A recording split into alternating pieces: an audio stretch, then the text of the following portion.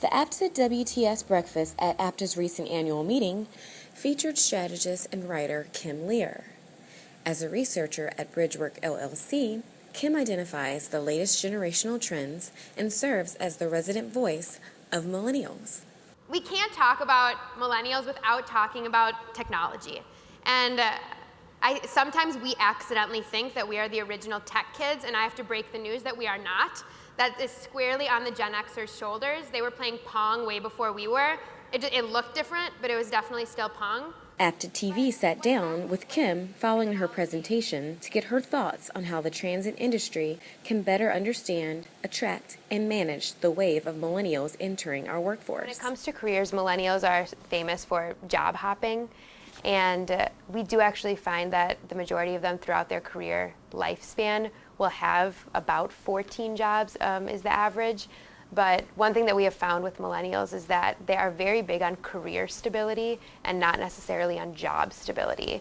And the difference with that is that it's very important for them to stay marketable, to continue learning, continue growing, understanding that what is in demand today is not going to be in demand tomorrow. And they learned that the hard way when they graduated college, where some of the things that they had studied were completely not marketable when they got into the workforce.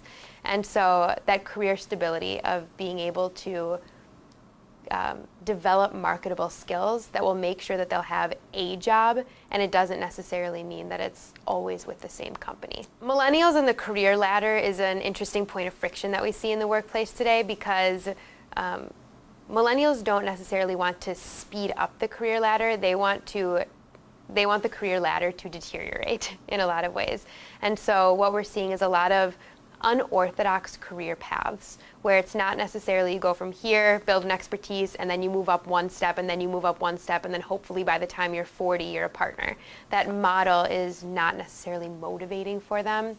Keeping millennials most engaged at a single company is development, and is lateral career pathing, or just creating niches where they can continue to develop, continue to learn new skills, and it's not necessarily a built-in career trajectory. It is defined by their passions. The biggest trait that we see show up in a lot of different ways is the trait of collaboration. That this is a generation that was brought up believing and being told that 2 heads are better than 1, and 3 heads are better than 2, and there is no I in team. And a lot of their managers are Gen Xers, who are very independent, and they were brought up with, if you want something done right, you have to do it yourself.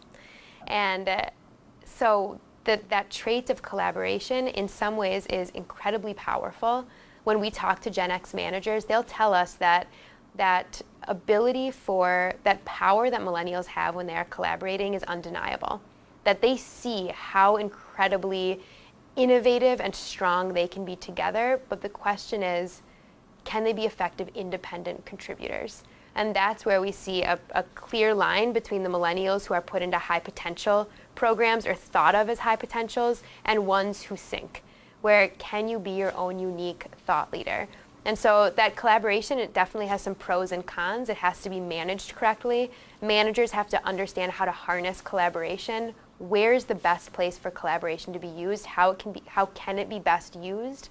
And then also encouraging independent thought leadership and finding ways to help some of their new millennials in the workplace step away from that security blanket of a group and highlight those independent contributions. The biggest global connector that we have found on what motivates millennials is meaning. And a big piece of that is for baby boomers and for Gen Xers, when they came into the workplace, they had all the motivation they needed. A lot of them had families, a lot of them had mortgages, a lot of them, when they left at 18, their parents met them at the door and said, bye, good luck. Where millennials have more of the support from their parents. 39% of millennials actually still receive regular financial assistance. And actually where we find that the most is in cell phones, that a lot of millennials are still on their family plan for cell phones. But also there is this trend where millennials are not buying automobiles, they're not buying homes. Based on statistics, they're getting married a lot later.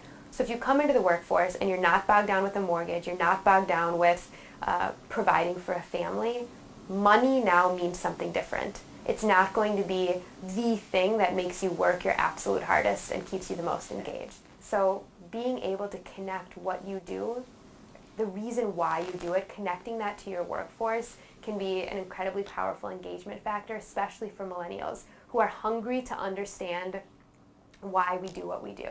And I think that the transportation industry actually has a huge advantage because what the transportation industry does actually does matter. And it actually does. People who would not be able to get to school, people who would not be able to get to work, they can. And for people who have worked in this industry for a long time, you inherently know why this industry matters so much. But for the 22-year-old that you're trying to recruit, they do not know. They don't understand how almost every aspect of our life is impacted by transportation. And there's this huge opportunity to tap into that search for meaning with this incredibly meaningful industry.